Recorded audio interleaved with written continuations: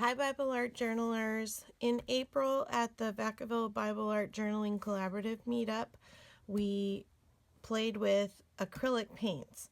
And these are very popular with a lot of Bible journalers because of Illustrated Faith's Shauna Noel. If you follow Illustrated Faith's hashtags on Instagram, and a lot of their designers use them as well. I thought I'd talk a little bit on the video about what we talked about at the group in case you missed it. And then I'm just going to show you some of the pages that I've recorded myself doing over the past couple weeks so that you can see some of the techniques in action. Shauna Noel really recommends a heavy body acrylic paint. This little square on the back of acrylic paint, so if it has a black square, it's opaque. If half the square has a black triangle in it, then it's going to be more translucent. Although we are putting these on so thin in our Bibles that you can still, unless you build it up, you can see on the page I have here, like I went over twice here, and so you can't see some of the letters there, but where I was careful to just go one layer and spread it very thin, you can read the Bible text through just fine. And then also on this page, this was actually not a heavy body acrylic. This was some metallic or iridescent acrylic that I had left over from another project and went ahead and used it. So in some areas you can see through it better than others depending on how thick I applied it. The heavy body acrylics have less liquid in them. So two things. One, because they have less liquid, they tend to not bleed through the page, and they can be spread very thin, and they can dry very quickly. And so it's almost as quickly as you get it on the page with our credit card technique, which I'll show you. They're pretty much dry, and you can stamp and write on top of them. Like I used the Illustrated Faith pen over for this writing, and same with, I think this side I used micron pens. They are quite expensive, so if you can get some of these smaller sets, Michaels carries this small set of primary colors plus green, black, and white.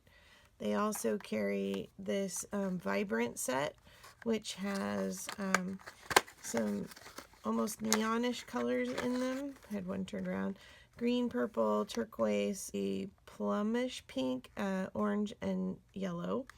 And then you can always mix colors to make the colors you need. So I just got these two small sets at two different times, used my 50% off coupons each time.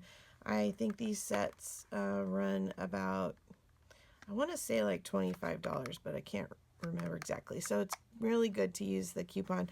But most of the heavy body paints come in the larger tubes, and the larger tubes are about $10 a piece or more sometimes, depending on the color and the pigment. And so these tiny tubes were a great deal, and you use so little each time that these are going to last me forever. So I'm not too concerned about buying the larger tubes. So those are the Liquitex heavy body. They have a very soft, creamy consistency. Like I said, they don't have a lot of liquid in them, so they're pretty firm when you put them on the card. And I just use this is an old hotel key. You can use an old gift card or a credit card, and you just want to apply a very little bit, and then you're going to actually scrape it onto the page. And again, I'll demonstrate that in a second. I do have this bin of old paint that I found gold in here, and I went ahead and used it. Most of these small tubes of acrylic paint that say you get in a large art set, they will work, but you'll want to test them first on maybe a dictionary page like we use for practicing. Craft acrylics are a little different. They are made to paint on craft surfaces, and so they tend to have a lot of liquid in them so that they will cover a large area, and they tend to dry with a fairly chalky matte finish, whereas the heavy body acrylics will have just, I wouldn't say it's real shiny, but it has a nice smooth surface on it when it dries, and it's not matte or chalky at all. Oh, this is another brand that Shauna Noel recommends as well.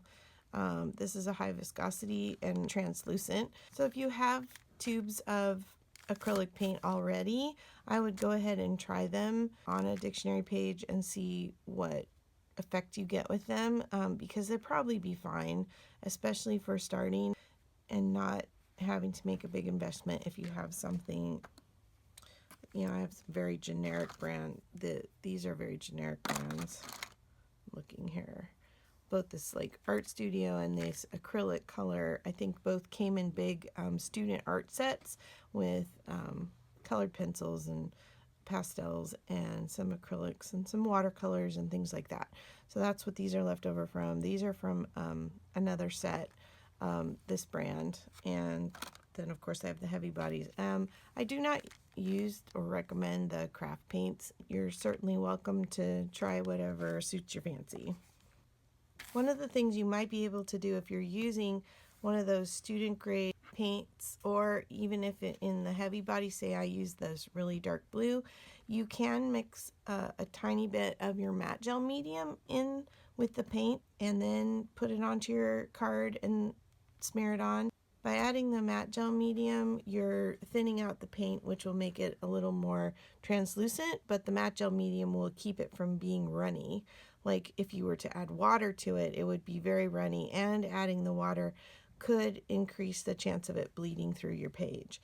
So that is actually what matte gel medium is designed to do, is to thin out acrylic paint. We use it for prepping our Bible pages as well. You do not have to prep pages with the acrylic heavy body paint. It almost acts like a page prep when you put it on. That's why a lot of the Bible art journalers like this as a background for their page, because they can go ahead and stamp over this with a stamping ink that normally would bleed through the page, but as long as they're stamping on the paint, it acts like a page prep. If you're trying to make a light color, you want to use very little of the dark pigment. So if, like for the pink, I used mostly white with a very small touch of red. Same with this turquoise. It was just slightly darker than this. I wanted to lighten it up, so I'm just going to add a little bit of white to that. If I wanted to darken a color considerably, I would add just a tiny bit of black to the regular color.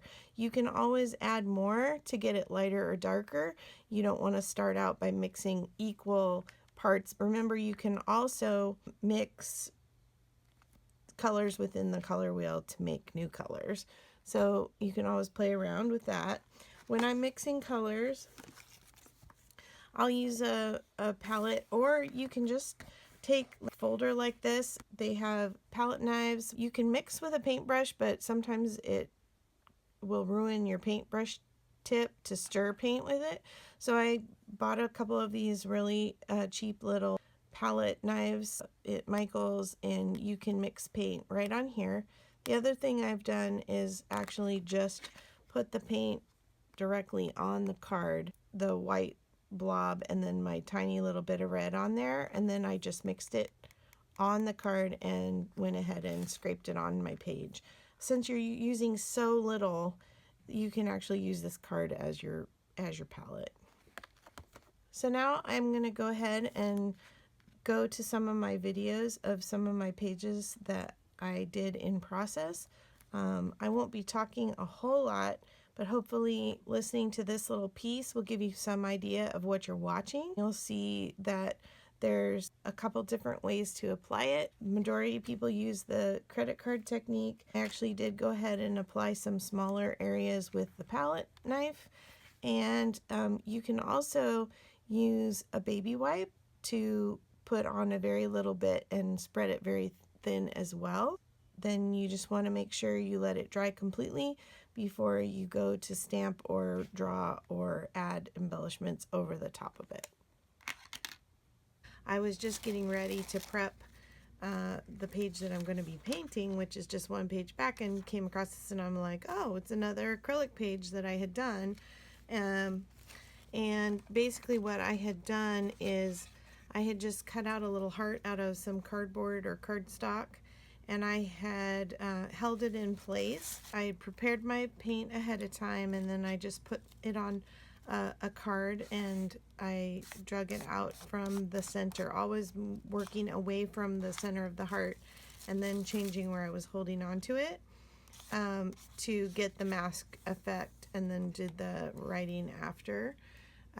So that's just another little technique. I'm trying something new today. If I don't like it, you won't see it in the rest of the videos for the acrylic paint. Someone suggested using the press and seal for protecting your other pages when you're painting. I did go ahead and put a piece under the other page. I'm having a hard time getting it really flat, so I'm wondering if it's going to drive me crazy. But anyway, I wanted to give it a try because I do tend to get paint everywhere when I use acrylics. And so I'm trying to protect the rest of my Bible pages by covering and only leaving the page open that I'm working on.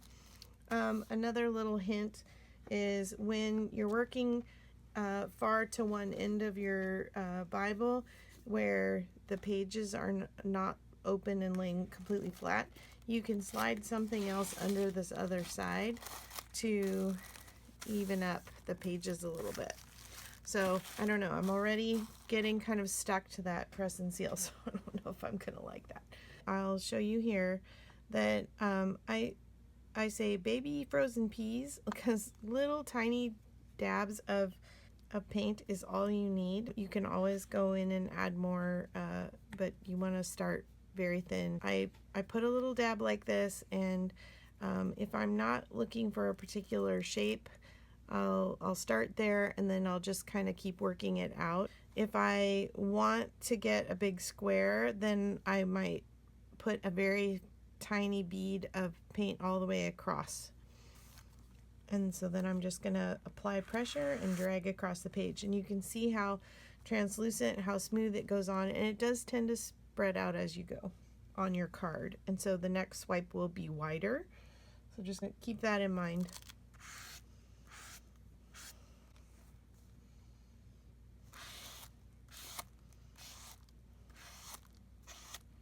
Then I just keep some paper towels on hand and I just wipe off the excess. Another tip is to use the little palette knife, and you can do little smaller blobs with this.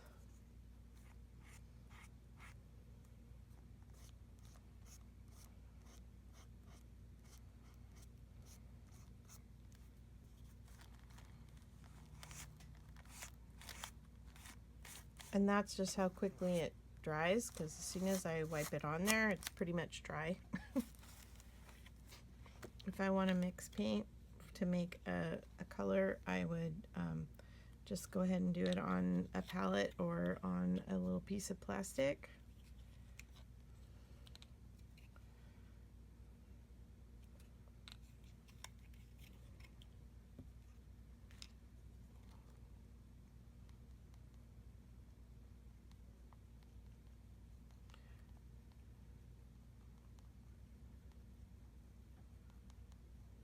Of course, you can't see the true color now mixing on here, which could be a problem. So I'd have to be checking the color on my palette knife because the color of the transparent plastic is actually kind of influencing the way the color looks on the palette.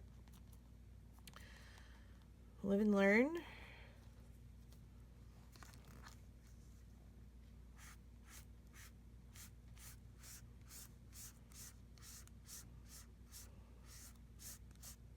I can also pick it up and put it back on my card if I want to go back to that technique.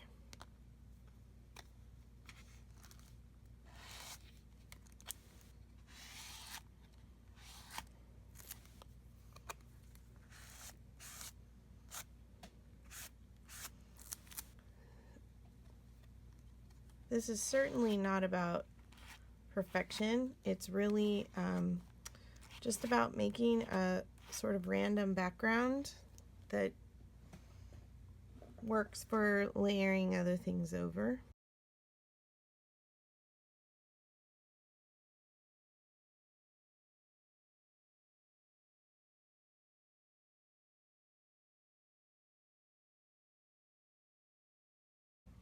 So you can see I can also just mix directly on the card. I have these two different color yellows that I'm putting together to make a little bit darker yellow.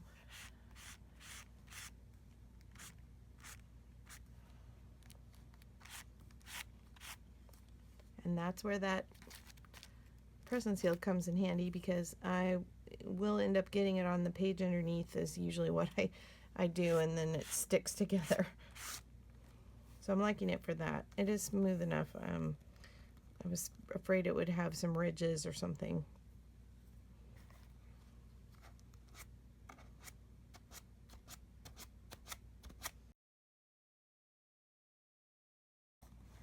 And you see how very little paint I'm using. Well, maybe not.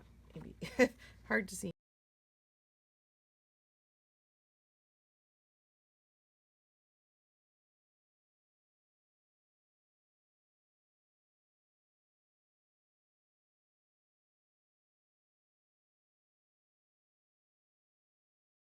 So this is just a baby wipe, and I was just smudging some on. So I just wanted to hit some of the techniques that I use for getting it on the page to start, and then I'll go ahead and do, this is my background, and I'll go ahead and do my lettering over the top, or any embellishments over the top. Now invariably when I get videoing and distracted by that, I end up making mistakes.